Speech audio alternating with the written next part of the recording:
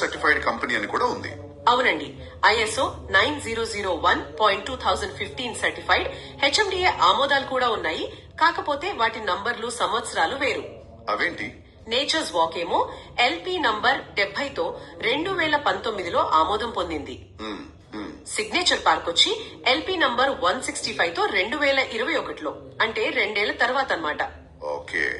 Signature park brochure లో 14 ఏళ్ల అనుభవం అని లోగో కూడా కనిపిస్తోంది. బహుశా రెండో ప్రాజెక్ట్ టైం కి అది యాడ్ చేశారేమో. ఉండొచ్చు. ఇక సౌకర్యాల విషయానికి వస్తే నేచర్స్ వాక్ బ్రోషర్ లో చాలా క్లియర్ గా లిస్ట్ చేశారు. ఏమేమున్నాయి? 30-40 అడుగుల బ్లాక్ టాప్ రోడ్లు, కరెంటు, స్ట్రీట్ లైట్స్, వాటర్ సప్లైకి overhead tank, underground drainage. Standard amenities అన్ని ఉన్నాయన్నమాట. అవును. ఇంకా కాంపౌండ్ వాల్ తో గేటెడ్ కమ్యూనిటీ, అవెన్యూ ప్లాంటేషన్, పిల్లల పార్క్, 24/7 సెక్యూరిటీ, ఇవన్నీ నేచర్స్ వాక్ లో మెన్షన్ చేశారు. మరి సిగ్నేచర్ పార్క్ లో? అక్కడ కూడా ఇవే ఉంటాయి.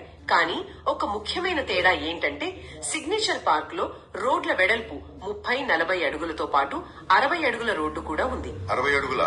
అది చాలా విశాలమైంది కదా. నేచర్స్ వాక్ లో